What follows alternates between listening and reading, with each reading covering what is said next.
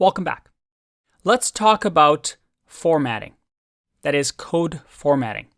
A very important tool that comes with a lot of IDEs, and you can also add extensions to code editors like Visual Studio Code to format code. Now, in order for us to talk about that, we have to talk about Python PEP. And if you Google Python PEP, you'll get something like this. PEP stands for Python Enhancement Proposals. These are proposals that the community, the Python developer community, gives in order for us to have a standardized way to write code. And one of the more popular ones, if you scroll down, is what we call the PEP 8. You can see that there's a lot of PEP numbers. Well, PEP 8 is the most popular one, and it's a style guide for Python code. It tells us this is what good, clean Python code should look like.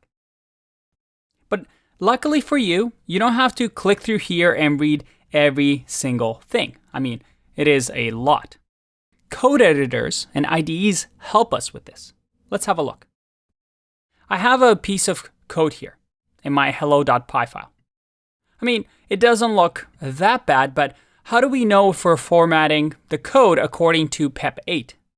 Well, very easily. We can run our command palette, or we can use the shortcut here, Command-Shift-P, or Control-Shift-P if you're on Windows.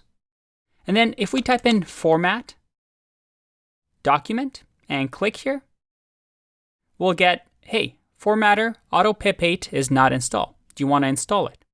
And Auto PEP 8 is a popular package with VS Code, or extension, that gives us the PEP 8 formatter. So let's install this. Now, let's once again run the format document. And did you see that? Our code changed quite a bit. We have some spaces, some formatting that went on. And it did that automatically because of PEP 8. As soon as I change something, let's add some spaces here, like that, make our code just formatted really strange. I click Save, and let's once again, Command-Shift-V, Format Document.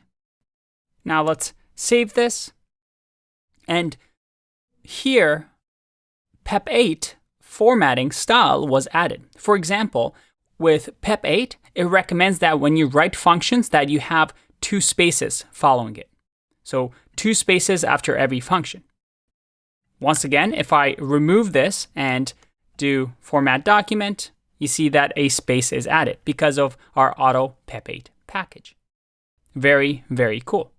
And you can also set this up so it does this automatically on save. I'll leave that one to you to customize your editor in the way that you want. Now, if we go to PyCharm, again, we have the same code over here, just larger text, already has this installed for us. As a matter of fact, you can see the underline here and says PEP 8. Hey, I expected 2 blank lines after class or function definition. So it actually tells you that, all right, this is not good according to PEP 8. Or maybe we can add extra spaces here. And right away, look at that, PEP 8. Multiple spaces after keyword. We don't want that. Now, all we have to do here is simply go to Code and reformat code. And you can also see this shortcut available. If I do this, look at that. The code was reformatted. Let's make this a little smaller. And everything seems to be working. And I also get a little error. This is not PEP 8. Again, it's another suggestion by the editor telling me that you've created a new function sum, but sum actually exists in Python. So you're almost overwriting this. Again, a really, really neat feature of PyCharm. And you know what? Just because we have a little bit of time, just to show you how you can use VS Code to just save or format on save, I can simply go to Preferences, Settings, and type in Format. And if I scroll to Format on Save, I can click on that. You can see that changes have been automatically implemented. So now every time I do Command S and save, look at that. It formats it for me so that we can make sure that we write clean Python code according to the standards. Let's take a break, and I'll see you in the next one. Bye-bye.